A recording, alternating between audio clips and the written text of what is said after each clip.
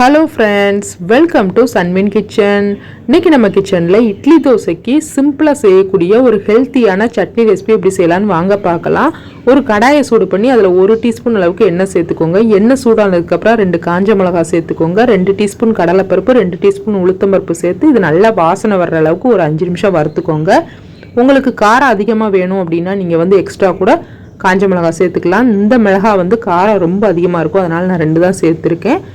இப்போ இது நல்லா வறுப்பட்டதுக்கப்புறம் இதில் 1 கைப்பிடி அளவுக்கு நல்லா வாஷ் பண்ண கருவேப்பிலை தண்ணியெல்லாம் வடிச்சிட்டு சேர்த்துக்கோங்க.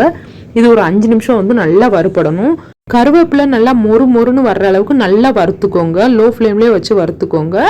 இப்போ நல்லா வறுப்பட்டுருச்சு. இதில் 1 பெரிய வெங்காயத்தை கட் பண்ணி சேர்த்துக்கோங்க. 2 தக்காளி சேர்த்துக்கோங்க. புளி கொஞ்சமாக சேர்த்துக்கோங்க. இந்த அளவுக்கு சேர்த்துக்கோங்க. சேர்த்துட்டு நல்லா மிக்ஸ் பண்ணி விட்டு நல்லா வதக்கணும். இதை ஒரு 5 நிமிஷம் அப்படியே வதக்கிக்கோங்க. தண்ணி எதுவுமே சேர்க்க வேண்டாம்.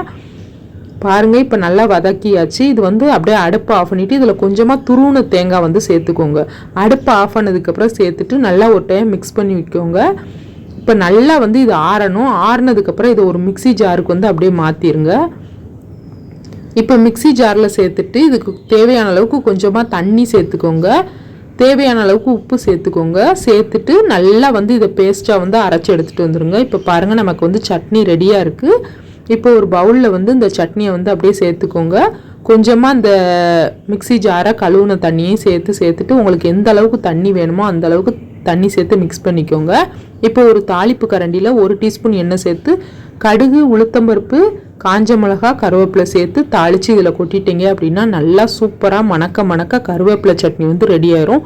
ரொம்ப டேஸ்ட்டாக இருக்கும். இந்த சட்னி கண்டிப்பாக ட்ரை பண்ணி பாருங்கள். குழந்தைங்கள்லாம் கருவேப்பிலையை தனியாக கொடுத்தோம் அப்படின்னா சாப்பிட மாட்டாங்க. நம்ம சாதத்தில் எதுலையும் இருந்தாலே தூக்கி எறிஞ்சிருவாங்க. இந்த மாதிரி சட்னி செஞ்சு கொடுத்தோம் அப்படின்னா கண்டிப்பாக சாப்பிடுவாங்க. கண்டிப்பாக அந்த சட்னியை ட்ரை பண்ணி பார்த்துட்டு எப்படி இருந்துச்சுன்னு சொல்லுங்கள். இந்த வீடியோ பிடிச்சிச்சுன்னா இந்த வீடியோக்கு லைக் பண்ணிக்கோங்க. என்னோட சேனலை சப்ஸ்கிரைப் பண்ணிக்கோங்க. தேங்க்யூ.